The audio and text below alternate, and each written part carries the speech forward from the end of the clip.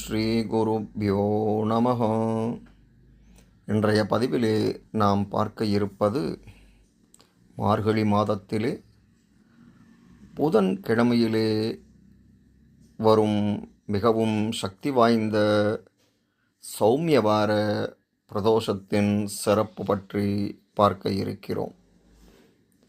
பொதுவாக மார்கழி மாதம் இறைவனுக்குரிய மாதம் என்று அழைக்கப்படுகிறது. இன்றைய தினம் நீங்கள் சிவபெருமானை மனமுருகி கோவிலுக்கு சென்று பிரதோஷ வேளையிலே பிரார்த்தனை செய்தால் வாழ்நாள் முழுவதும் மட்டுமல்லாமல் நீங்கள் எத்தனை ஜென்மங்கள் எடுத்தாலும் சிவபெருமான் உங்கள் கூடவே இருப்பார்.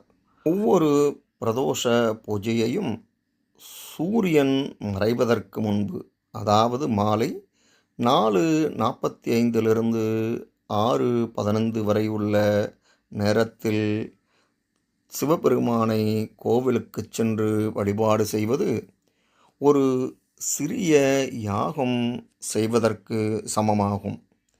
அதை சந்தியா கால பூஜை என்றும் கூறுவார்கள்.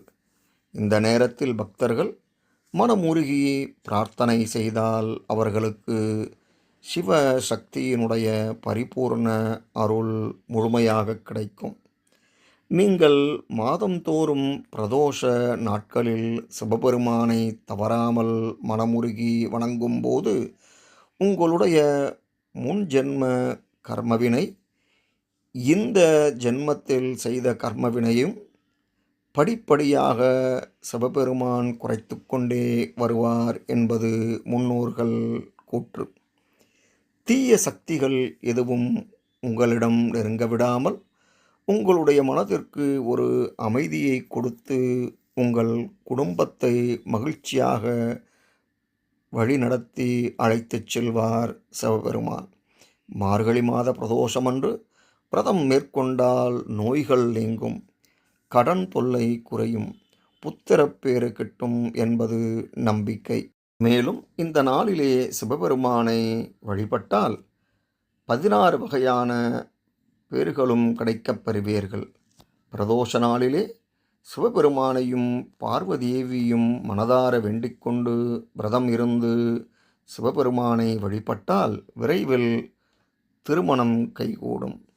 இந்த சிறப்பு வாய்ந்த நாளிலே கோவிலுக்கு சென்று சிவபெருமானுக்கு நடக்கும் அபிஷேகத்தில் கலந்து கொள்ளுங்கள். எல்லா வளமும் நலமும் பெற்று வாருங்கள்.